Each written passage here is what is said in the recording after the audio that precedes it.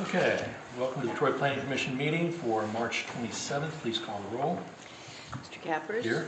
Mr. McGarry? Here. Mayor? Here. Mrs. Mahan? Here. Mr. Wolke? Here. Mr. Titterington? Here. Mrs. Sneed? Okay, we have our minutes presented to us of our meeting of the 13th. Are there any additions, corrections, or deletions to those minutes? Move the minutes be approved as printed. Is there support for that motion? Second. Support. Please call the roll. Mr. McGarry? Yes. Mayor? Yes. Mrs. Mahan? Yes. Mr. Wolke? Yes. Mr. Titterington? Yes. Mr. Cappers? They are accepted, Yes. Next item on the agenda, Villages of Concord. Do we want to take it off the table? Move to remove it from the table. Motion to remove. Is there a second? Second. There's a motion and second. All those in favor signify by saying aye. Aye. Opposed? Okay, it's off the table. Staff have a report. Yes, we do. Thank you. At the last meeting, it was requested, this item was tabled with the request of several things happening. One would be that we re-notify the residents, which they did receive a letter notifying them of this meeting today. We also reached out to the law. Did they also receive a letter from Grant Kerber? I don't believe they did. Okay. And then a request for the law director to be present and a representative from the fire department to be present. Our law director is actually out of state today, but he did submit a letter. And in front of you, you will have a packet. The report is just the same report, exactly the same report as last week, or the last meeting. At the end of that, the last 3 pages, you will see the correspondence, the memo from our law director, Grant Kerber, and then you will find a letter from the Villages of Concord. An owner by the name of Shirley Baines is in your packets for you to read. I think that was also distributed to you by email earlier, so you had that ahead of time. I won't go through really the development unless you want me to. As I stated, it's exactly the same as the last 2 meetings. Probably the biggest thing I wanted to go through would be the next slide. Just to bring up an aerial, I thought maybe this would help out. So what I feel the issue really is the one issue up here where the access, this property line runs through here, and so the access ends here. There is no access easement onto this property from the Wayne Street. To get around that by our code, the developer has requested or has agreed to place residential fire sprinkling systems in new homes that would go in. That would be because the fire code requires any development with just one access point, which they would have off of Laurel Tree onto Paul Revere Way. They require them with the one just to have that sprinkler system in if there's lots over 30. Right now there are 20 condos in. The developer has stated that any new home built without an easement up here, they would put those sprinkler systems in. It's written on there that if they do obtain the access easement from those 2 property owners, then the sprinkling system would not be needed. We do have our fire chief here, our assistant fire chief here to talk about that if need be. But I did want to go over kind of what we're looking at when we review subdivision requirements. First off, we look at the lots to make sure they meet zoning from the aspect of lot coverage, the size of the lots, can they meet the setbacks, and then with the subdivision regulations, it talks about open space, traffic concerns, the layout of the streets, things of that nature. So when we're looking at whether or not to make approval or recommend non-approval, we go through a checklist of our own and make sure that they meet our criteria. This development would meet the subdivision and zoning code requirements. It also meets the fire department requirements. When we do an internal review, we do have a review team that consists of the planning staff, also the fire department, utilities, the engineering department, and so forth. So internally, we have all reviewed this plan. And if you can refer to Grant Kerber's letter, he talks about general requirements for the approval of a subdivision are set forth in the zoning code and subdivision regulations. He specifies which sections we look at. And then he talks about how the requirements address common open space, traffic impacts, lot requirements, which is what we review. He says, and I'll just read from this letter, the third paragraph, certain members of the existing HOA and at least one adjoining property owner raised concerns about the approval of a previous plat or the administration of the HOA. At this point, these matters appear to be civil between the private parties. Any aggrieved person can seek court intervention or pursue remedies set forth in the HOA documents. The issue before Planning Commission is whether or not the proposed preliminary plat satisfies the subdivision requirements as described above. City staff has examined the proposed preliminary plat submitted by the developer and determined that these proposed preliminary plats satisfies the subdivision regulations. He then goes to say the Troy Planning Commission is a quasi-judicial body. As a member of the Troy Planning Commission, you should use your independent judgment to determine if the applicant has satisfies all of the requirements of the subdivision regulations. He says that there's certain provisions of the subdivision regulations that you have any questions, he can provide further guidance. So based upon our review requirements of the zoning code, subdivision regulations, and fire code, and the correspondence from our law director, staff would recommend a positive approval from the Planning Commission on the preliminary plan. Any questions of staff? Comments? Okay, I'll start things off again.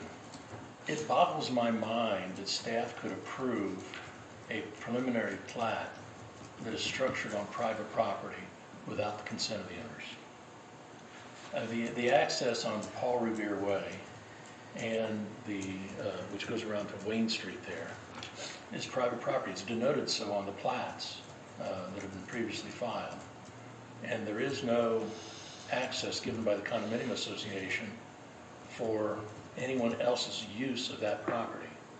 And a preliminary plan that incorporates usage of that, I think would have to be a concern to staff. And I don't understand how you could have made that determination. So we did review this. We actually reviewed it with our law director, the previous plans, and what we are approving is because they wrote there's an access easement here and here. These were two different owners. Now it's all under one owner, provided by what was submitted last week. We had the addendum that filed one from the Troy, I think it's Troy Investment Company, from R.L. Hawk. So with the submission of this, and if this is platted and recorded the way it is shown, they would have access all the way from Laurel Tree and all the way to here. And once again, it goes back to the vacation of Oakmont Drive, which wouldn't be needed because they are fulfilling the requirements by having the residential sprinkling system. No, wait a minute. Let's back up. The Paul Revere Way down here off of Laurel Tree, if you follow that up a good couple hundred feet and stop, right there, that's public thoroughfare, and they can plat that. I have no problem with that. But Paul Revere Way beyond that is the private drive to the Villages of Concord Condominium Association.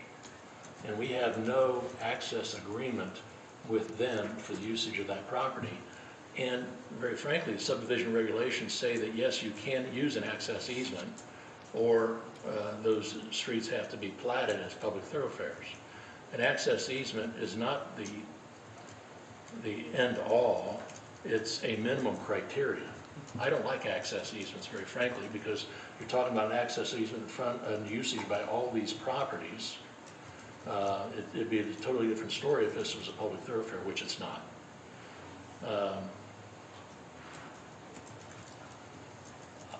I still don't see it.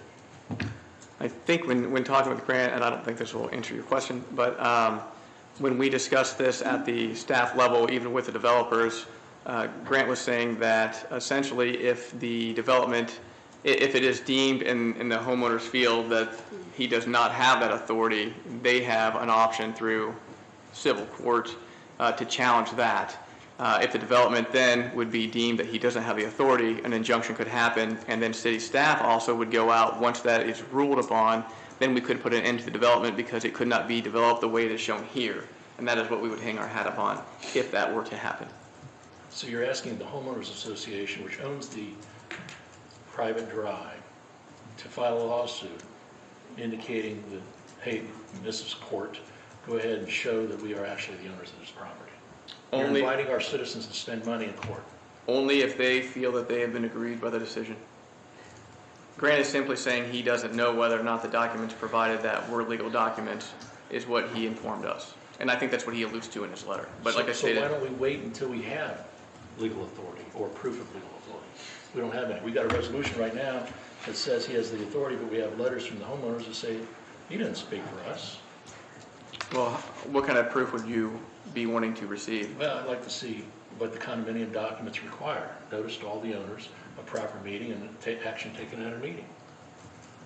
The condominium documents are very clear that if the homeowner association wants to take action, including electing officers, electing a board of directors, that they need to meet, there has to be notice to the owners, and at such a meeting with proper notice, then they can take action. And a part of that action then can be saying that I agree with the preliminary plan. But I from guess, what I've heard, you're not going to get that. yeah, we probably will not get that. The unfortunate thing for us is there's a lot of HOAs that are out there, but we just go by the city codes and requirements. So we don't enforce those codes. Those are usually between the property owner and the HOA, and it's a civil matter that the city stays out of. And I think that's the path we're taking on this development as well. Well, Mr. Chair, Yes, Mr. Chairman. and a little stronger than that we don't have the right to enforce the provisions of the HOA. Haven't we heard that from several law directors in the past, including Grant? Okay, so that was a, you got to speak in the mic. Yes, he has. I mean, that's essentially what I think Grant is trying to say in his letter. I thought you were nodding, but I can't see that far. Except for the provision that we require to be put in the HOAs concerning drainage and things of that nature, where the homeowners association says that they are going to go ahead and maintain pursuant to the Truro Code of Ordinances. And Well, I understand. I understand what you're saying. I'm not necessarily disagreeing with some of your logic, if not all of it, but I'm just saying that we've had that question to our law directors before about HOAs and what we can and can't do, if it's above ground pools or if it's, covenants and restrictions that are in there. It's always gone back to, well, that's a civil dispute between the property owners, or the HOA has to jump in and protect their association members. I'm not saying that we are going to enforce these condominium declarations. What I'm saying is that nobody's given us any information yet that this access easement has been granted or will be granted upon proper notice. Well, and then my follow-up question from reading this and talking to staff, I guess first question is staff consulted pretty often and comprehensively and thoroughly with the law director. The law director is familiar with everything that's in here, and the law director is telling us that based on what was submitted, that there is no reason for us to vote against this because they're meeting the provisions of our code. That is correct. Is that what he's saying? That is the conversation we had with our Okay. local director. So what my understanding is what he's saying is if that's not in fact true, that's an issue between the other property owners and the applicant, and is not necessarily something that we can jump into. I understand wanting to protect them as much as we can, but I think what Grant is saying is that there's a point that we can't really step into something if it is being presented to us that he's meeting the provisions of our code. Is that's what my takeaway from that letter is. I would agree. Yeah. I believe that the commission was established, and it says so right in the Code of Ordinances. It was conferred by council and Ohio Revised Code 71301 that a planning commission be appointed in the interest of public health, safety, convenience, comfort, prosperity, and general welfare of the citizens. In Grant's opinion letter to us, he indicates that we should exercise our independent judgment to determine if the applicant has satisfied all the subdivision regulations. And the purpose of the subdivision regulations in 1111.01 indicates that these are the minimum requirements to go ahead and set forth the development. And once again, it recites the fact that We are to promote and maintain the public health, safety, comfort, morals, convenience, and general welfare of the persons living and working in the city. And I just don't think this cuts it. Mr. Chair, you've mentioned minimum requirements, but you're admitting that that they appear on their application to be meeting those minimum requirements. I'm not admitting that, no. I'll- Not when it says private I'll drive. make that a question, and so you're saying no, it's not. And No. I understand, okay. You know, we have a private drive, we have a reference to an access way. We haven't been given that access way, the access easement. There's nothing indicating that we're going to get it. We've got a promise by the developer that he's going to get it, but he's made promises before. And in addition to that, we know that from the letters that have been given to us by the owners out there that they were promised dual access to public thoroughfares, and dual access is not granted in this preliminary plan. The access easement that you're saying that he's promised but hasn't given us, is that the one at On Wayne Street? That's Okay. correct, yes. And that's the one that our code says, if he doesn't give that to us, his option that still meets the minimum requirements is they sprinkle the residential structure. That's apples and oranges. That's fire code regulation. That's not the convenience of those owners that are out there. Mr. McGarry. Mr. Chair, yeah, I agree with what you're saying.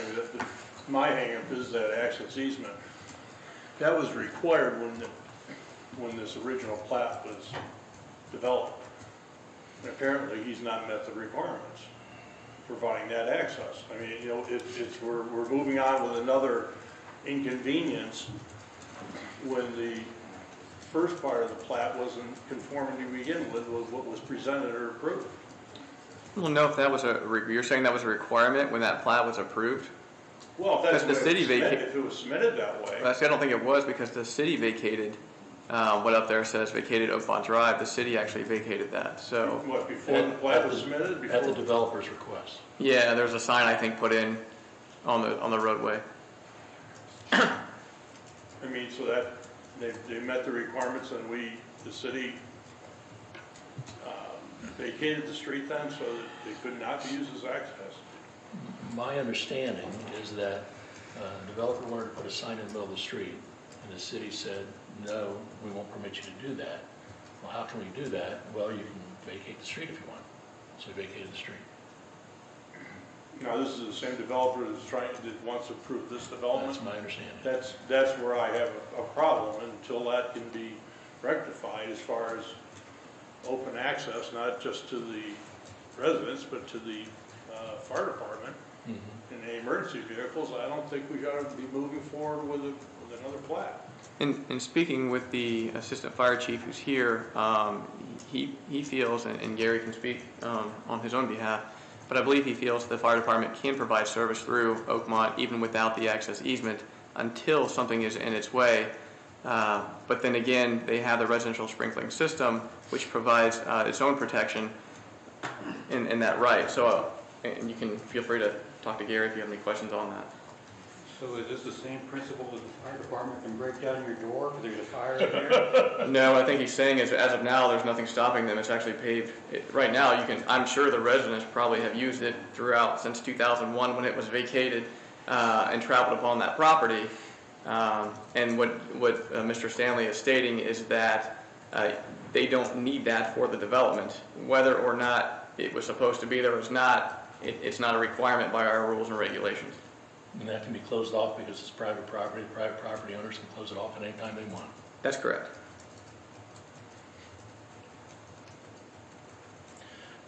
Any other discussion? So if I can just ask one clarification question. The law director is out of town, otherwise we hope he would have been here. What is his recommendation? What is he advising the planning commission?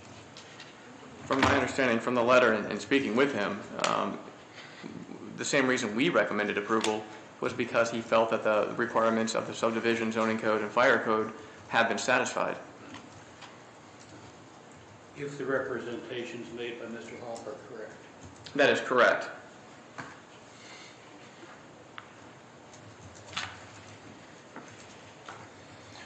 Any other discussion? Does anybody want to take any action on this matter?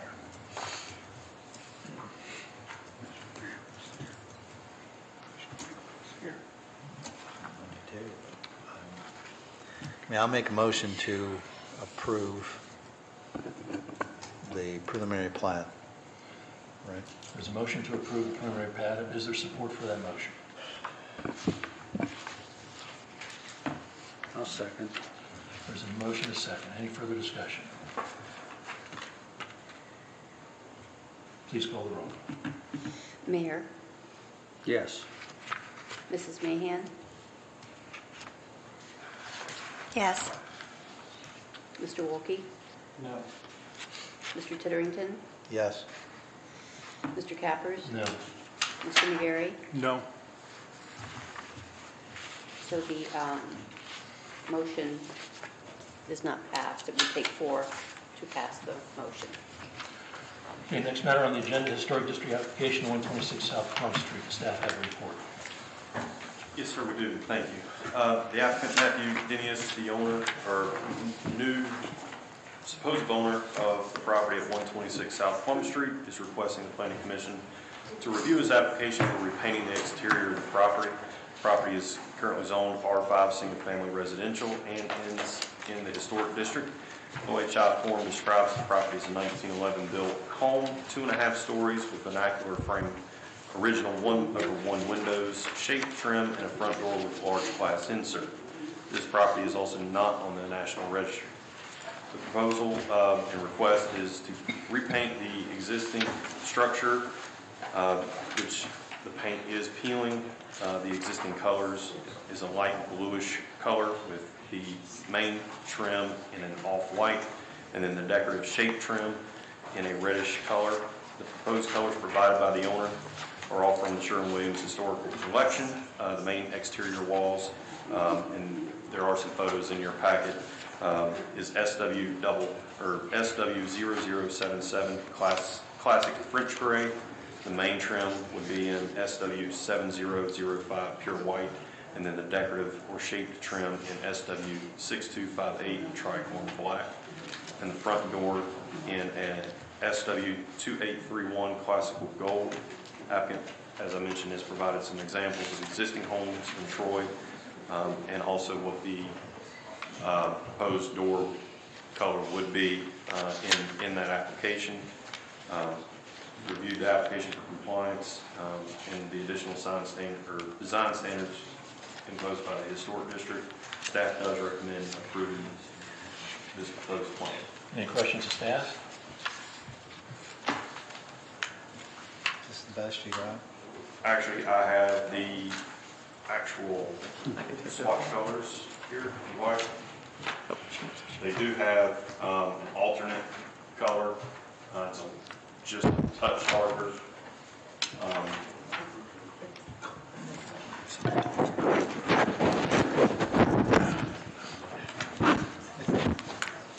I never saw this. That's Yeah, This is actual. yeah, that's the actual swatch. Yes, ma'am. Yeah, it's a little bit better of a color. This door kind of looks like it's glowing in the dark, Yeah, doesn't it? yeah, that's a little bit brighter yellow than what's being proposed. Probably shouldn't have known that. Any other questions of staff? Commission will take any action? Well, I'm on a roll. I'll make a motion to approve. Second. Any further discussion? Goodness. What's happening on our side of the room? Please call the roll.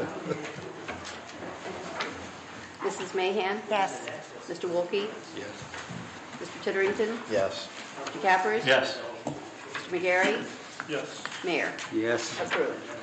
Next matter on the agenda is a plan development for 44 Peters Avenue. Staff have a report. Yes, sir, we do. Thank you. The attached is the final development plan for the proposed plan development located at 44 Peters Avenue. The PD process requires 3 steps for approval. First step is the general plan, which was previously approved by this planning commission and city council. Second step is this final development plan, and then the third is the record plan. Development plan is attached to the report. which is, again, Excuse me, if you have any business to attend to, could you be outside the council room, please? Thank you very much. Sorry, Mr. Watson, go ahead. sir. The final development plan is attached to the report and is in accordance to the previously approved general plan. The specifics of this plan layout is an existing 5,200 square foot storage unit and the proposed new 30 by 220, which is 6,600 square feet of new storage unit building. The main purpose of this plan development is due to existing easements on that property. The owner could not connect the original and the addition. Therefore, by ordinance, it needs to come for a plan development. All of the items for this property and development do meet the underlying zoning district of M2, so there are really no additional requirements or items being presented for this plan development. Staff is requesting that the Planning Commission approve the final development plan. Two questions of staff? I have a question. The development itself appears to be really tight in some areas next to the neighboring property. Do we have any setback issues? No, all of the setback requirements are being met. We double-checked everything. There are, like I said, the easements goes in between the two buildings. He has clearances off of those easements for vehicular traffic. He's actually providing bollards to protect the manhole covers and grates that are there as well. He's actually giving us a little extra green space on that southwest side as well. Any other questions of staff? We've already taken action on this once before. Yes, sir. The general plan was General approved, plan. and then council just approved the. And so there's plan as well. no change between the general plan and the final. No, sir. Any other questions? So is this in two parts? We first of all approve the application for the final development plan, and then we approve the application for the final record plan? We recommend to council, is what I'm saying. So is this in two we're different essentially- actions? Yeah, we're essentially taking the two parts. next steps into two parts so we can continue moving with this. Okay. Does the planning commission approve the final development plan, or are we recommending that to council as well? Final development has planning commission approval. Record plan goes positive, with a positive recommendation. That's what I wondered. Okay. So we're taking two parts. Yes. If you'd like to take them in two parts, most certainly. Well, I think we should. I'll make a motion to approve the final development plan. Second. There's a second by Mr. Wolke. Any further discussion? Please call the roll. Mr. Wolke? Yes. Mr. Titterington? Yes. Mr. Cappers? Yes. Mr. McGarry? Yes. Mayor? Yes. Mrs. Mahan? Yes. Approved. The remaining action is on the final record plan. Does anybody want to take any action on that? Let me ask. The final record plan, do I see that in the packet? That is the final record plan. All this stuff here, right? Is the final Yes. record. Yes, all that will, if you give a positive recommendation, that will Oh, I go can to read council after he records it at the office. Okay. I'll make a motion to recommend approval to city council. Is there support for the motion? Second. Second by Mrs. Mahan. Any further discussion? Please call the roll. Mr. Titterington? Yes. Mr. Cappers? Yes. Mr. McGarry? Yes. Mayor? Yes. Mrs. Mahan? Yes. Mr. Wolke? Yes. Unanimous. Staff have anything else from the commission? Well, we do. I didn't want to let you off that easy. At the last plan, this is more of an update. At the last planning commission meeting, the commission voted to move forward with a proposal for Yard and Company to do a historic review request. And so we emailed a list of what staff was going to submit to them. And I just want to make sure everybody's voice was heard. I did hear back from Mr. Cappers regarding what is historic. We will certainly pass that concern on. I noticed that was answered later on in the email chain, that it was determined that anything 10 years older than Mr. Wolke was historic. I don't know if the consultants will agree with that, but I will pass along your concern to the consultant. I think that's the biggest question that we have. What is historic? What year do we look at for, yeah, so thank you very much. If anybody else has any comments, please those to Tim Davis as soon as possible. Anything else from staff? Nothing further, thank you. Commission have anything to review? I'll entertain a motion to adjourn. So Motion to moved. adjourn. No, second. Second by Mayor. All those in favor signify by saying aye. Aye. Opposed? We stand adjourned.